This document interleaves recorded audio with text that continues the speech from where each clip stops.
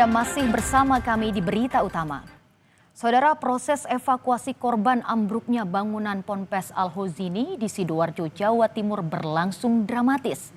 Tim dokter dari RSUD Sidoarjo sampai harus melakukan operasi darurat di bawah reruntuhan bangunan untuk menyelamatkan korban. Nur Ahmad, salah satu korban ambruknya bangunan Ponpes Al-Hozini di Sidoarjo, Jawa Timur, ditemukan tim SAR masih bernafas. Namun, tim SAR kesulitan untuk mengevakuasi Nur karena tangan kanannya terjepit oleh reruntuhan bangunan.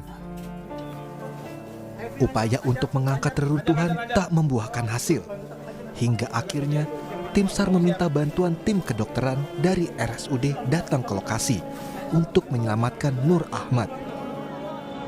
Dokter ortopedi dari RSUD RT Notopuro, Sidoarjo, Larona Hidravianto mengaku sampai merangkak sejauh 10 meter di bawah reruntuhan untuk sampai ke lokasi Nur Ahmad ditemukan.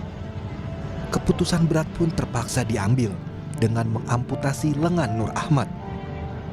Memang saya setuju bahwa ini memang satu jalan memang harus kita lakukan amputasi gitu ya, supaya pasien bisa ditarik keluar.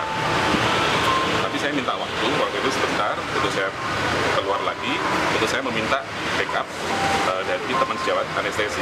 Kita juga dari tim medis memang ini sesuatu yang betul sangat berat ya secara pertimbangan. Setelah dilakukan operasi secara darurat di bawah reruntuhan bangunan, korban kembali menjalani operasi di RSUD Sidoarjo. Saat ini, kondisi korban terus berangsur membaik setelah mendapat perawatan intensif di RSUD Sidoarjo.